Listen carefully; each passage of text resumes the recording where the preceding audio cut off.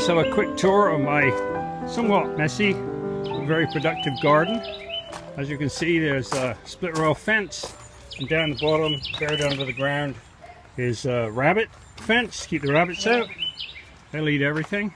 I have a secondary gate so I can keep the dogs off my vegetables. Here you see I have snow peas coming up. Probably get some peas from them. Now there's a robin who's always around when I'm around. Whenever I touch the soil, he gets some worms. There are many worms in the soil, which I seeded. Okay, this far corner, there's some tomatoes, kale coming up, and then just things that pop up. I always like to have some herbs. There's sage, and I have a pretty nice growth of garlic, which is doing well. And all the greenery you see in between is clover that I plant to keep back the crabgrass. Some gets through. I put in a few marigolds. I think they help a little, but not a whole lot unless you have a lot of them. Along the fence I've got blackberries growing, which I'll have as a continuous wall. The kale's going to seed, but still getting plenty of kale to eat. Here we have more tomatoes. I have some potatoes coming up. Beans seem to do fairly well. I don't do a whole lot of weeding. I work in the garden at the most about 20 minutes a day. I have to deal with the shade of these trees up here, and so I have to time the garden around the light. I've got quite a few sweet potatoes in this year, and I need to pull out some of those clover and put in other plants. Butternut squash are coming up nicely. They're in the shade right now, but they'll be in full sun soon.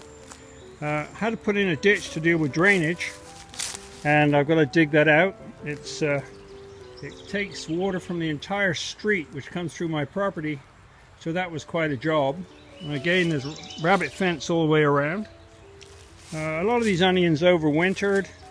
I've got shallots coming up, more tomatoes of course, and then broccoli is doing quite nicely, more snow peas. In here is clover, which is just keeping down the crabgrass, and I will take that out soon and plant other things. I'm always having to deal with trees wanting to grow.